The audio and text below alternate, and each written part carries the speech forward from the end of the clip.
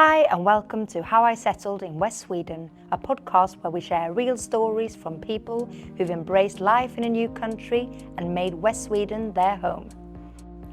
In this episode, we meet Cicero Badat, whose journey has taken him from Malawi to the United States and ultimately Gothenburg. He shares how his career evolved from working as an assistant chef to becoming a project manager. Cicero also reflects on finding his place in Swedish society without losing sight of who he is, and shares a simple piece of advice that has guided him throughout the journey. Never be afraid to ask questions. The first thing that I knew I had to do was to get a circle of friends. We are social beings, we need to be social. What can I do to make myself stand out? And everyone has something that is their USP, right? Every single one of us. I believe that we're lifelong learners, and if you just put your mind to something, you can learn it.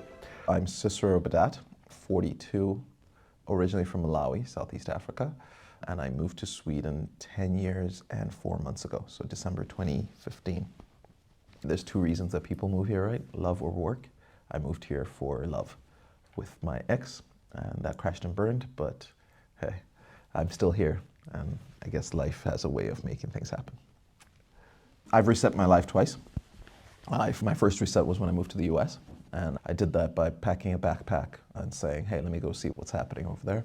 I lived there for a couple of years before I met my ex, who was from Sweden, and then that's what happened. The initial plan was that my ex would actually move to the States, but then she heard about the Sambo visa, and then she said, hey, how about we apply for this? So I kind of half-heartedly applied for that. And as I said, this was in 2015. Within 6 months, I was approved for my not permanent uppehållstillstånd. So I packed my bags and moved here and landed in Malmö. And I have an aunt who lives in Malmö, so I'd been to Sweden for vacation a few times before. But my Sambo at the time, she was living in Halmstad. So we moved to Halmstad, and this is the middle of December, the best period of the year for anyone arriving in Sweden, and then arriving in Halmstad, which is a summer city. If you've never been to Halmstad, you have to visit it just so you can see exactly what I mean. Go in the summer and then go again in the winter. So you can imagine what it felt like for me having to move here and complete darkness. And for the 3 months we lived there, she got a job and we moved to Gothenburg.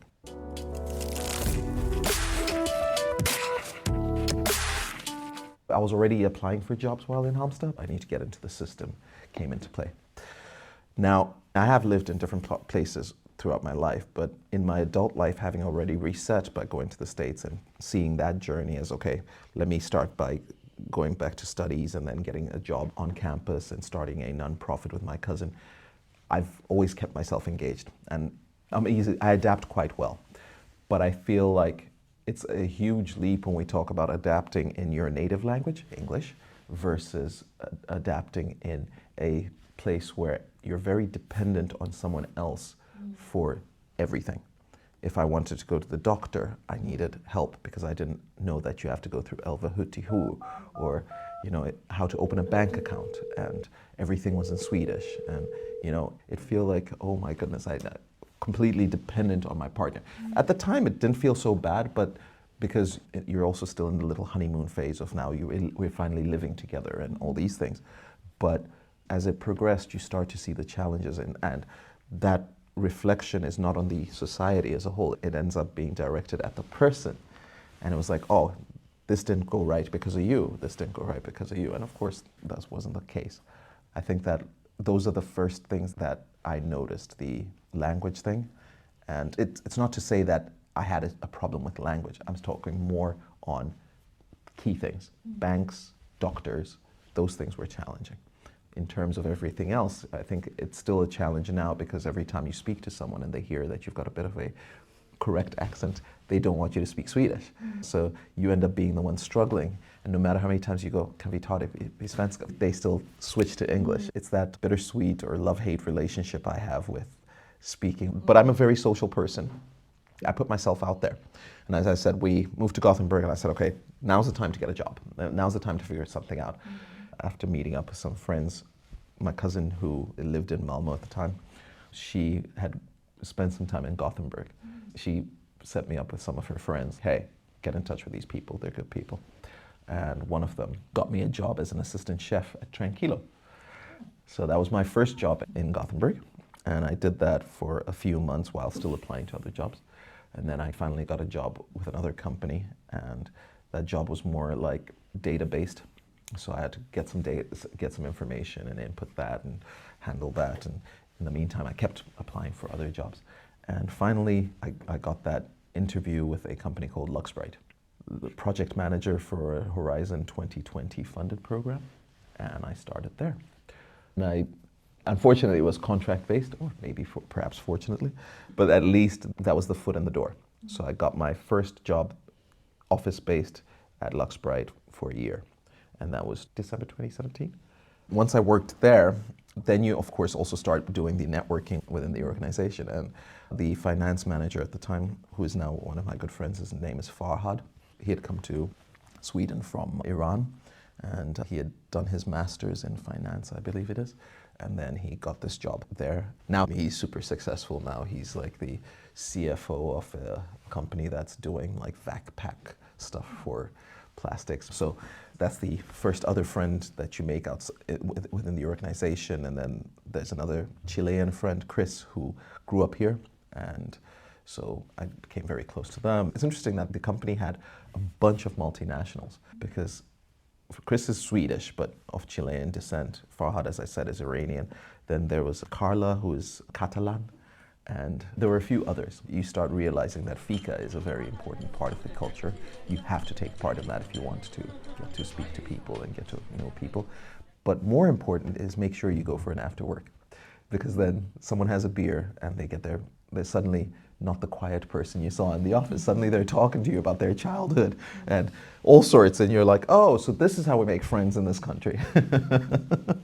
That, of course, then leads you to get invited to other events and other situations. One of the ones that people always say is like a litmus test is, if a Swede invites you to a crayfish party, then you've made it as a part of society. But at the same time, it's important to mention that also, because my partner was Swedish, she also had a circle of friends. As always in the situation where you move here because of someone else, you tend to then that starts to become your circle of friends as well. And so things have always been progressing well. And then my contract ended with Luxbrite. Then I heard about a program with Mitleave, which is how, as I mentioned last time, I met Siana. And she interviewed me and said, oh, you'd be great for this. You're the type of profile that we're looking for. And then I went in for the interview. If I remember correctly, I think for that program, they shortlisted 120 people initially. And then that 120 people was whittled down to 15 people. And from those 15, it was 4 or 5 of us were selected, got into the program. Now, that program was unique in the sense it was based around diversity. You had to have an international background, you had to be university educated, and you had to have been struggling to get a job in Sweden. And I think at that point in time, I'd been off work for a month or two, and I'd made it my personal goal to say, I should apply to at least 20 jobs a day, just so that I'm making sure that I'm doing this. And it didn't matter what it was, because, again, I looked at it from the perspective of, I've worked in a kitchen. I've literally just done project management. I worked in purchasing, and I studied international relations. It doesn't matter what it is, we're going to learn it if you need to. And hey, I believe that we're lifelong learners, and if you just put your mind to something, you can learn it. So I got into that, and I started applying for various roles, various jobs, and maybe 1 or 2 interviews here and there.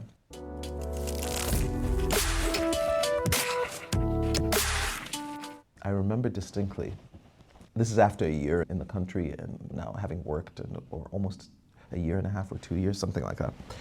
I remember distinctly going to an interview with one of the recruitment companies. I won't say which one, but I met with a recruiter, and she looked me in the eye and went, can I be honest with you? And I was like, I'd hope you're being honest. And she said, and don't take this the wrong way, my husband is actually from Africa. So I was like, okay. If we have to start with don't take this the wrong way. But she goes, have you considered changing your name? And she's like, yeah, put a Swedish name or Swedish last name. And I was like, excuse me? And I remember feeling that's not what it should come to, that I should not have to do that. But she said, don't take this the wrong way. And of course, there's no way that I couldn't take it the wrong way. She showed me a picture of her husband, this beautiful African man from Ghana. And I'm like, okay, but it still doesn't change that you as a recruiter, and I knew she meant well, but it made me feel some type of way. And I remember making a decision then to say, I will not do this. I have to get a job by my own merit. And whether they like my name or whether my name ends up at the bottom of a pile, that's just what it is, and what's for me won't miss me. And lo and behold, then I get into the program with the mid-leave that Sienna interviewed me for, and then I start in that. We were all different backgrounds. It was myself, 2 Iranians, 1 Indian or Pakistani, I can't remember specific which of the 2 it was, and one lady from Romania. And I'm still in touch, very much in contact with 2 of them. We became fast friends, as I did with Sienna as well.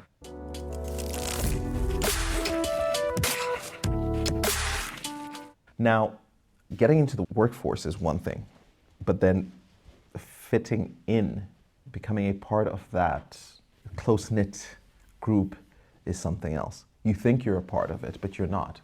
And that's when little things start to dawn on you. When we met to talk about doing this podcast, I remember we said something at some point which was like, I didn't realize I was black until I moved to Sweden. And I think there's something that I need to just clarify in that. Obviously, we're not colorblind. We wake up and look in the mirror. That's not in any way, shape, or form what I meant. But what I meant was, in terms of the name situation I've just given, I didn't realize that has to be a factor, that having a different name makes you suddenly the bottom of the pile. And I think the more obvious things are, as I said, at home I'm Cicero, but I do know that there is a tag that, hey, I'm Cicero, the guy from Africa, or Cicero, that guy. It's things like that where those things did not exist prior to this move. It's that thing of labeling and putting you in the us and them boxes. So in as much as we say this is an inclusive society where we really sit there and we embrace everyone, you do feel these things. It's the same as, and I get it, my partner is Swedish, right? You sit on the bus and there's no other space but the one next to you, and it'll stay empty. And you look around and you go, wait, am I the only brown person on the bus? So things like that make it a bit more obvious. Not to say that this is everyone.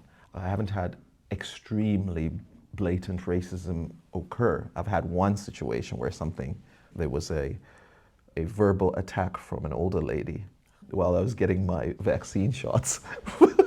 But these are those things that then make you question whether it's you, whether it's something you said or did. And then you of course sit back and go, no, I have to take the higher ground, I have to take the higher road. This has nothing to do with me. This is them dealing with something.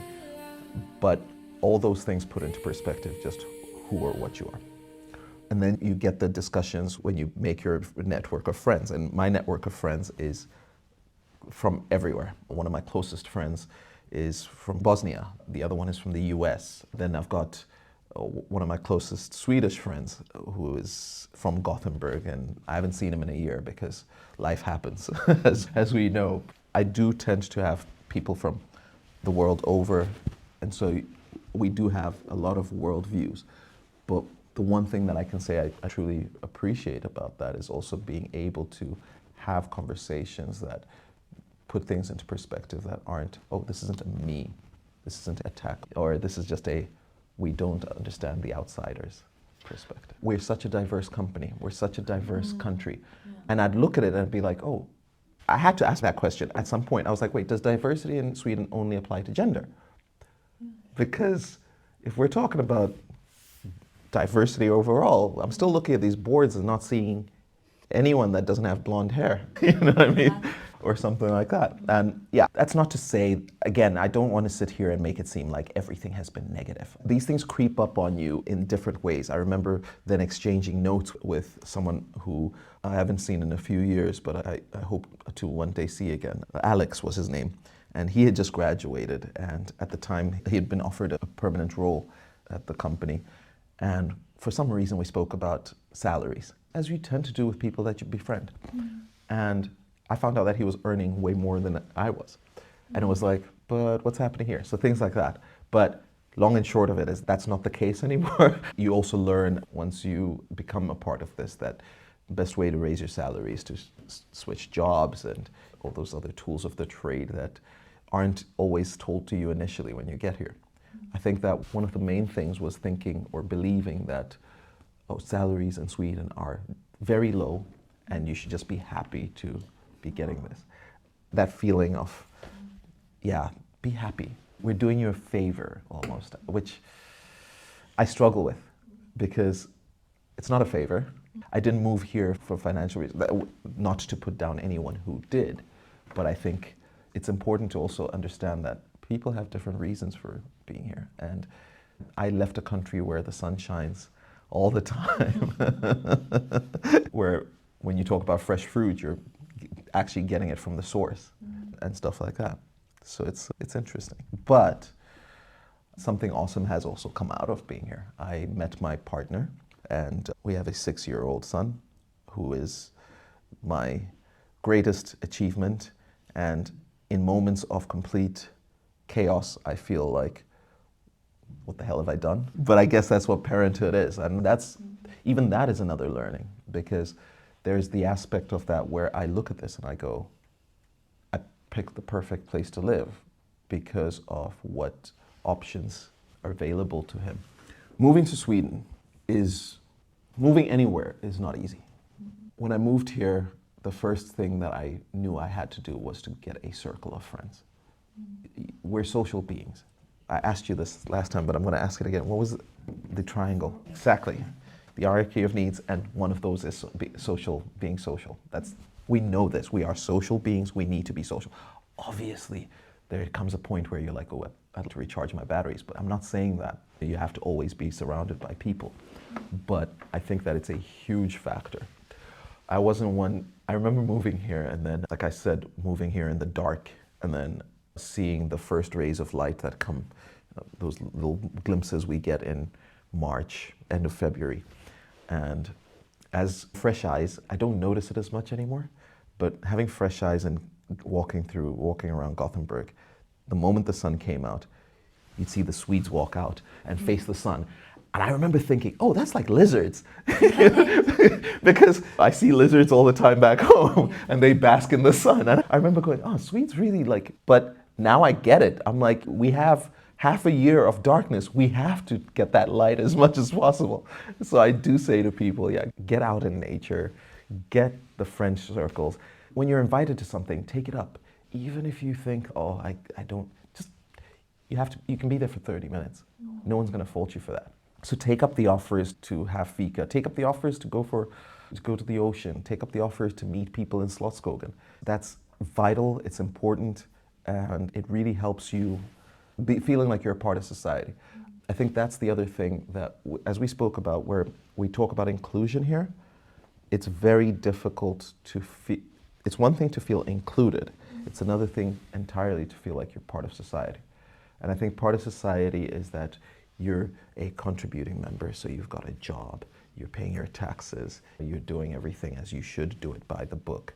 And nothing screams more Swedish than making sure that all your taxes are paid and complaining about them, because we need to all be able to complain about just how high our taxes are, even though it means that our kids go to great schools. And yes, the healthcare might be problematic, but I still celebrate the fact that we were in hospital for 2 or 3 days when our son was born, and I'm the only one that had to pay something, and I think I paid 300 crowns.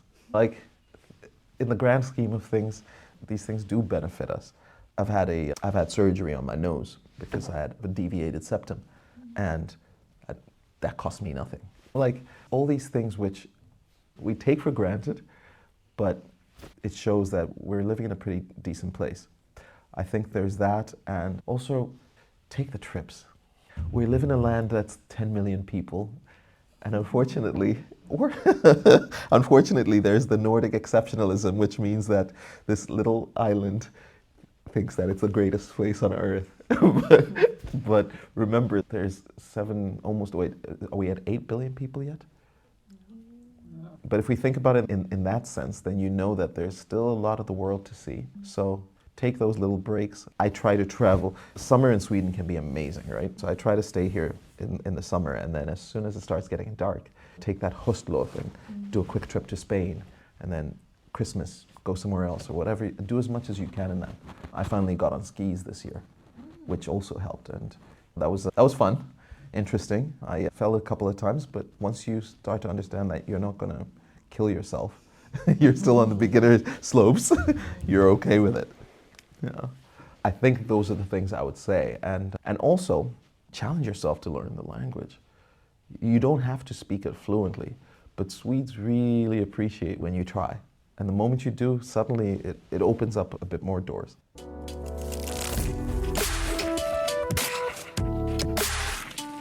I think that the struggle will always be the things that are the struggle with bottom of the pile on the naming thing.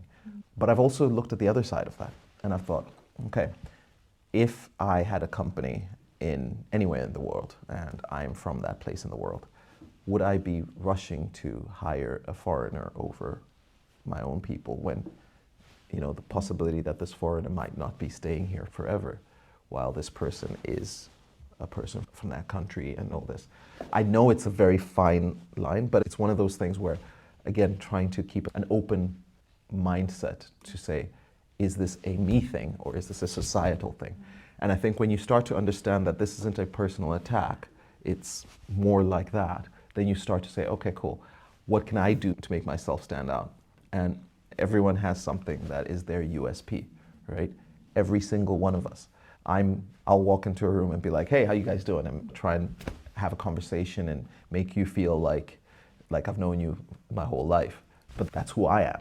Someone else will observe things and pick up on those things that no one else does. Use that to your advantage.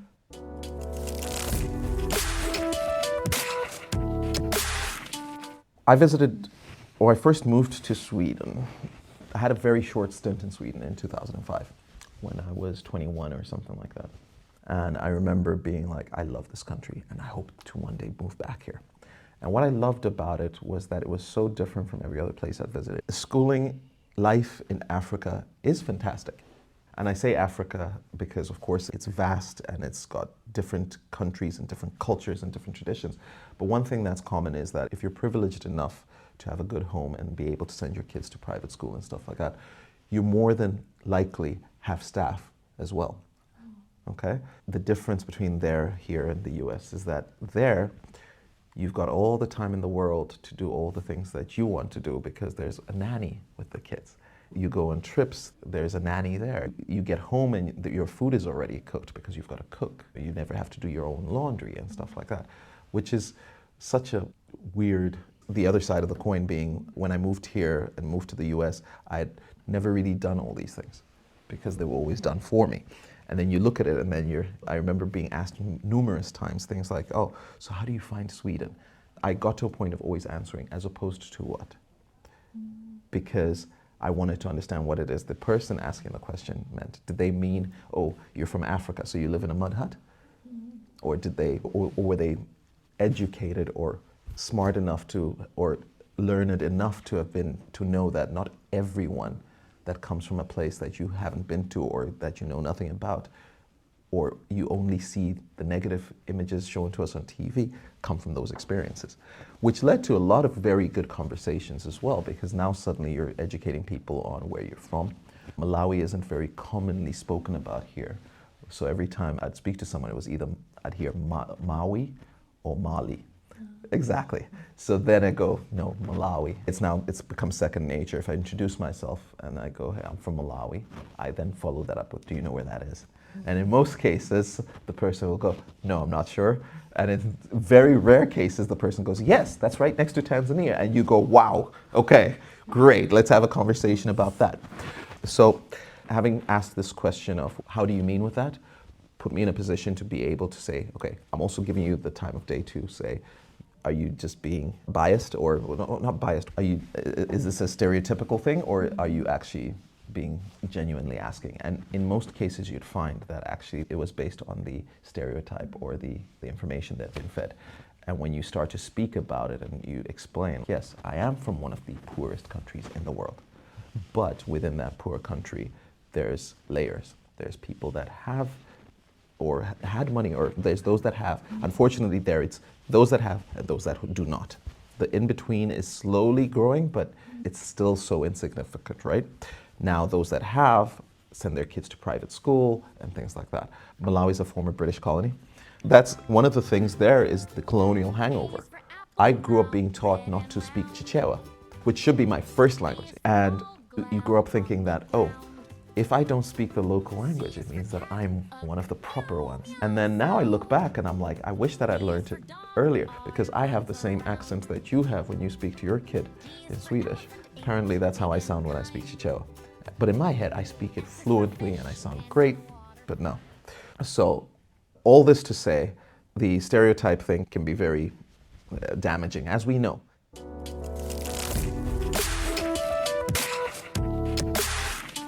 Now that I'm in the country where Jantilagen exists and everything, and you have a kid and you don't have to pay through your nose if you don't have insurance, for instance. And I know that this conversation also sparks quite a lot of emotion in Americans, for instance, where you talk about, oh yeah, having insurance, but you have to be able to afford insurance and have to be able to have access to that. I remember when my cousin had his kid and they showed me the bill and it was like $75,000, and I'm thinking, what do you mean 75? He's not, but don't worry, insurance pays for it, but I just wanted to show it to you. I'm like, but 750,000 crowns to have a child? You know what I mean? And then here I go, as I mentioned, we go to the hospital and have this kid and it's 300 crowns for me because I'm not the one pushing the baby out of me. And then fast forward to now he's 6 years old. As parents, I never say never, because if I get a job offer in one of those places where I'm like, this would be fantastic for the family, this would be fantastic for his development, like, why would I not take that up? I get it. I get that we sit there and we go, yeah, but it's uprooting the life. But then think of the life experiences he would have having lived in this place that you never would be living otherwise. But yeah, Dad had the job in whatever part of South America or whatever it is. And we lived there for 5 years between the age of 7 and 11 or whatever it is, 7 and 12. I don't say no, but I do say that we have a pretty sweet deal here. Your kids go to school, everything is comfortable. Their health is checked up. You don't pay for the dentist until, 19 now? It used to be 21. And speaking of trade-off, that's the thing. I look at it and I go, okay, so I don't have someone to cook or clean for me. I have to do that. But I get to spend the time with my kid. I got to have, was I off for a year or 6 months? We don't have to look further than like Germany to see how good we have it. That's unheard of. My cousin who lives in Malawi, she had a baby a year ago, and I think she was off for 3 months, okay? And that's wow. I've heard of people who have a kid and they're back in 6 weeks and things like that. Her husband had 2 weeks off, and he was like, yes, I got paternity leave. And I'm like, yeah, I got half a year or a year. So the trade-off is in those things. I'm aware that it's not as safe as it used to be, but I haven't heard of anything being at the schools. Like, those are things that I also look at and I go, okay, is it as bad as it's being depicted? Because I don't feel unsafe, nor do I find myself looking, hey, I need to make sure that we've got security all the way to school and he has his watch on, and no. So I think that raising a child here is fantastic, but I also, as the international parent of the two of us, I also feel like it's very important that I stand firm on he needs to know that there's a bigger, wide world out there. So that's something where we as a couple and as his parents try to strike a lot of balance. For my partner, home is 45 minutes away, Borås. That's where she grew up, that's where her parents still are, that's where her siblings are. So when we talk about his cousins, he's got his cousins here in Sweden and he's got 3 cousins in Malawi.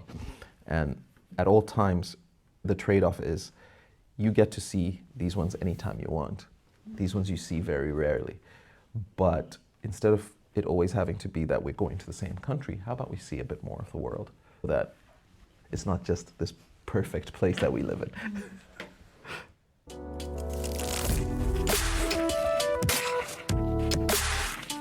I think it's important to make people challenge their views, but also it's our part as parents to make sure that our kids don't grow up with the same narrow-mindedness that we may have experienced ourselves. I think it's a learning curve every day talking about moving to Sweden as a whole, but even just being with a Swede as a partner. I have love for it, I have hate for it.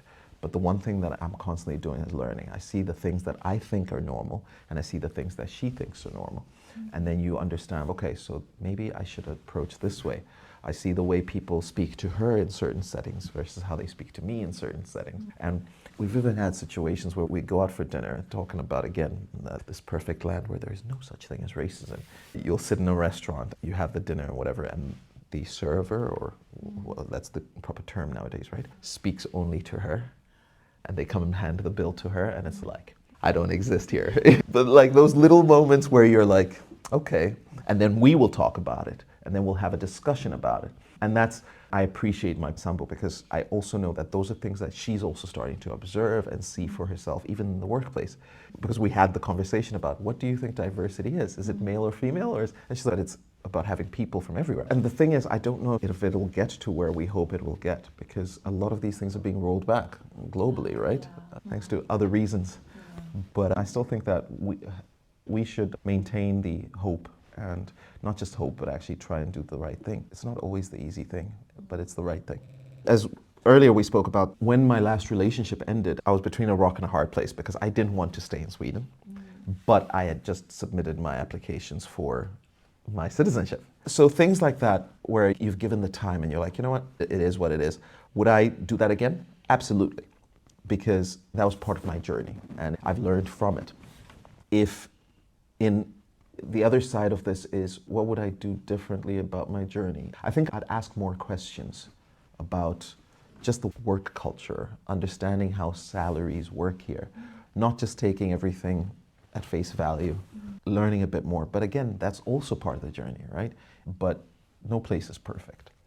And I think that's something that we really need to understand. The other thing I would definitely suggest to people is have those conversations that you think that you shouldn't be having. Oh, maybe it's stupid. Have those conversations. Start it up. Ask the stupid questions. Ask how challenging it is to find a job. Ask, because you just don't realize that you're not the only person. You're asking yourselves questions and forgetting that there's people outside of this that could actually answer those questions correctly. And that's what I mean with, don't be afraid to ask your network. Like, really have those conversations. One thing I've noticed is that when I travel to places that I had traveled to before the 10 years here, I find myself finding faults with effectiveness. Like public transport, my mother lives in Dublin. Public transport in Dublin. Like, I remember at one point waiting like a stupid amount of time for a bus that never showed, or it was late. And my immediate thought is, this will never happen in Sweden.